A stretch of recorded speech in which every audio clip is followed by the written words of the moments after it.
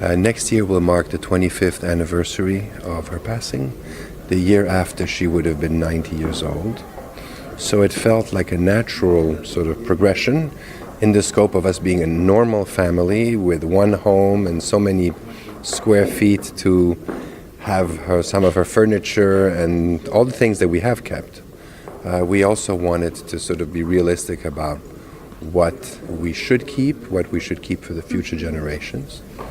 And of course we've kept everything she's ever written, her UNICEF speeches and wedding dress and wedding rings and all of her awards and a lot of things we've kept. But there was also a desire for us not to have these beautiful items which actually have been working hard for the past 25 years in a variety of exhibitions which have been for the benefit of the children's charities and UNICEF and so forth. So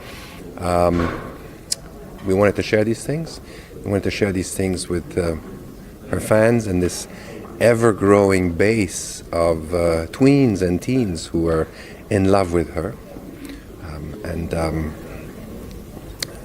So I think that if you look at this collection, apart from the very valuable Breakfast at Tiffany script or whatnot, a special dress from a film like Charade, to me the emblem, the symbol of this auction is that little silk flower that she wore in her hair for an event, or with a beautiful Givenchy dress, and which a young girl can convince her mother or her grandmother to help her buy and to keep as a keepsake, very much in the same style as maybe when you lost a grandparent and your parents brought you something to keep and to remember him by. That's sort of the spirit of what we're trying to do here. That leads on to my next question. I was going to ask you, my sister's an inspiring tween actress. What type of person would you like to buy these items? I'm not going to put, but I do think that I don't want to put sort of a rule on who should or should not buy.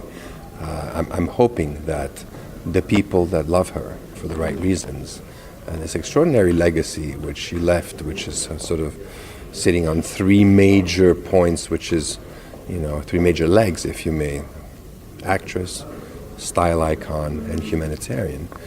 That this wonderful, ever-growing base can have something that means something to them, because I think, and there's been a lot of stars through history, but I think we consider her one of us. She's that girl from across the landing who puts a little black dress on and goes out into the world and conquers it and represents us and our values. And she's not that sort of stratospheric star that shines down on us.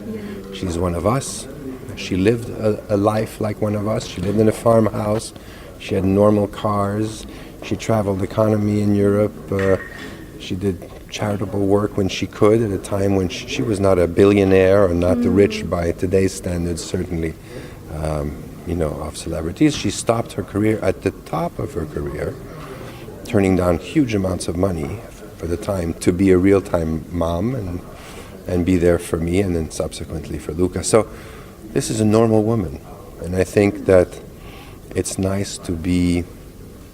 A lot of people know of her, but a lot of people feel like they know her, actually, which is something that happens when you are exposed to someone through film and images and so forth. But I think here there's a reassuring quality because of her being one of the very first ambassadors for the welfare of children, that in actual fact that sensation may very well be correct.